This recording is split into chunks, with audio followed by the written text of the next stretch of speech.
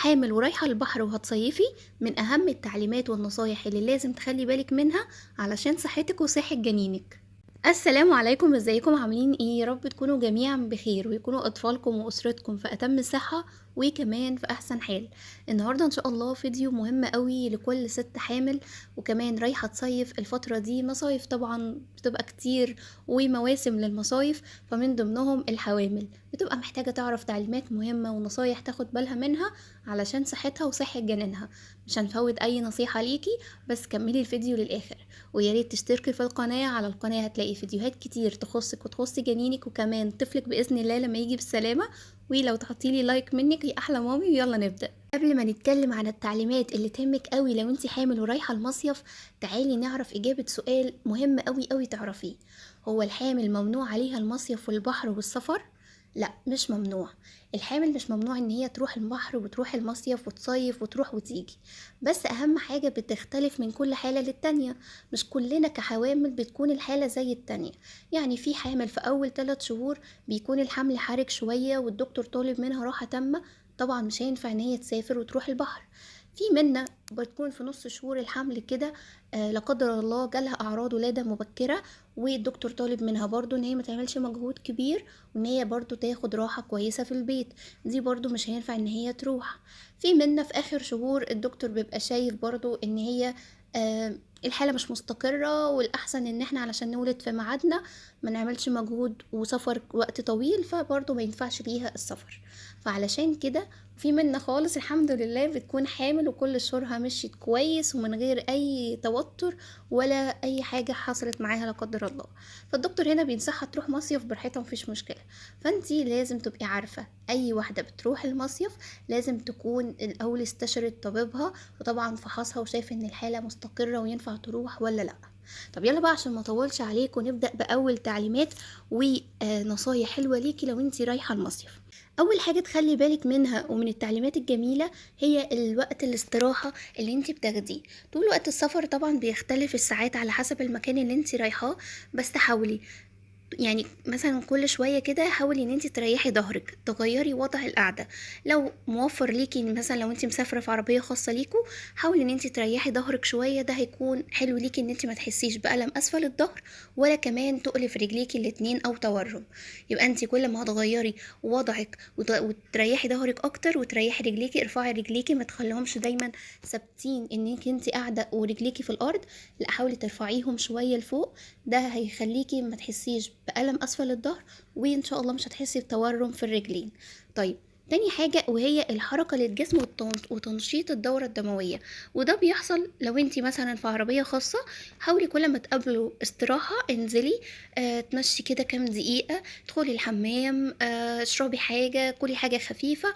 الحاجات دي هتخلي يحصل تنشيط في الدورة الدموية، كمان هتخلي جسمك ما يحسش بتقل ولا بألم العضلات من طول ما انتي قاعدة في العربية. طب لو انتي مسافرة باص والاتوبيس مش هينفع تخلي مثلا السواق كل شوية مثلا يقف وتنزلي تتمشي، يبقى في كل استراحة استغليها. ما تقوليش لا انا مش هنزل الاستراحة دي وهفضل قاعدة، لا كل استراحة انزلي اتمشي دقيقتين 3.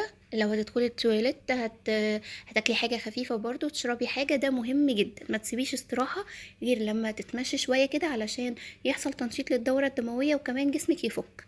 طيب، تالت نقطة بقى ومهمة برضو قوي انك ما تنسيش نفسك وقت السفر في المية او العصاير او الوجبات الخفيفة. مش لازم ناكل حاجة تقيلة او دسمة علشان ما يحصلش معاكي غممان نفس اثناء الطريق. لا، حاولي تعملي مثلا علبة كده فيها فواكه مثلا تكون متقطعة، سندوتشين، مثلا لو حاجة من اللحوم او الجبن على حسب انتي طريق السفر طويل ولا لأ. مثلا علبة فيها مكسرات، فواكه مجففة، مثلا لو هتاخدي ازازة عصير مثلا فريش انتي عاملاها في البيت، ازازة مية ساقعة. المهم ما تنسيش الحاجات دي، مهمة جدا ليكي في وقت السفر. ليه؟ لان كل ما هتاكلي كويس وكل ما هتشربي بالتالي انتي بتهتمي بصحة جنينك وبصحتك انتي كمان علشان صحتك ما تتأثرش بالسفر.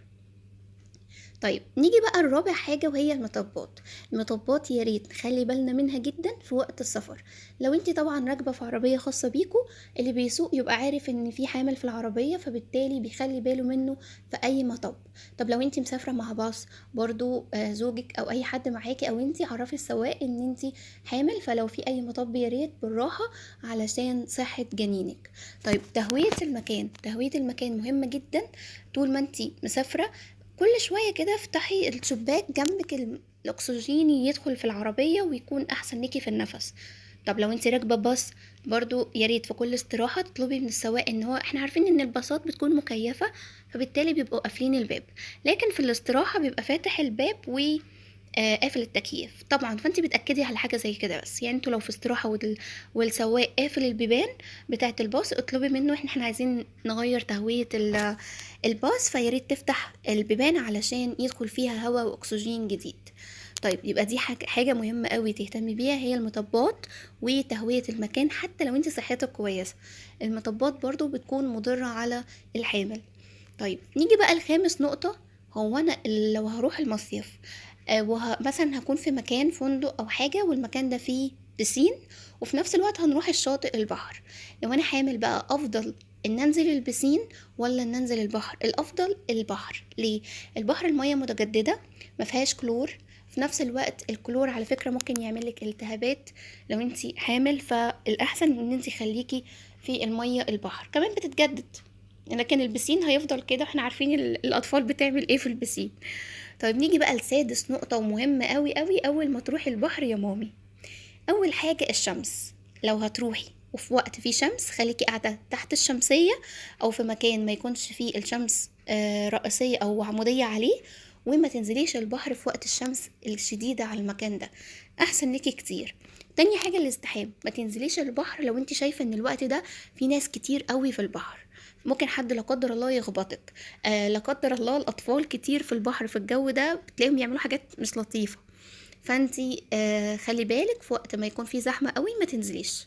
لو انتي في المية وحاسة ان المكان حواليكي بقى مزحوم قوي، روحي في مكان هادي او اطلعي شوية برا لغاية لما المكان على الشط يهدى شوية. طيب تاني حاجة برضو بتشوفي البحر لما انتي هتيجي تنزلي على الشاطئ، الشاطئ ده نظيف ولا لا، المية نظيفة ولا لا. حاسة ان المية ملوثة فيها رواسب فيها حاجات مش لطيفة كتير، يبقى تعرفي ان المية هنا مش نظيفة، ما تنزليش احسن. لازم تنزلي في مية تكون نظيفة، يعني انت شايفة ان لون المية نظيف ما فيهاش رواسب ما فيهاش اي حاجة، يبقى المية نظيفة تمام. ما فيهاش ازدحام يعني ما فيش ناس كتير برضو تمام. الجو لطيف ومفيش شمس عمودية على المكان اللي هتنزلي فيه والجو حلو برضو، دي نقطة كويسة جدا. رابع حاجة الموجة. لو الموجة شديدة بتبقى غلط جدا، ممكن تخبط الجنين وتكون مضرة ليكي، فياريت اي وقت فيه موجة ما تنزليش في المية. يبقى احنا اتكلمنا عن سادس نقطة وتخص البحر، هي الشمس، الازدحام، نظافة المية، وكمان الموجة. طيب سابع نقطة بقى ومهمة جدا برضو، انك لو انت بتعرفي تعومي وهتنزلي البحر يا ريت وانتي حامل ما ينفعش تعملي غطس ولا كتم نفس. يعني احنا عارفين ان لو هتطلعي مثلا مع فندق وعامل لكم رحلات ومن ضمن الرحلات دي هتنزلوا غطس، فلو انتي حامل ممنوع غلط جدا ليكي تعملي غطس، او انك تعملوا مثلا العاب او تعملي حاجه كتم الميه في كتم النفس في الميه، برضو ده غلط جدا ليكي وللجنين. احنا هنا بنقول الحاجات دي علشان صحه الجنين طبعا، لكن لو انتي عادي مش حامل فبتعملي اي حاجه مفيش مشكله.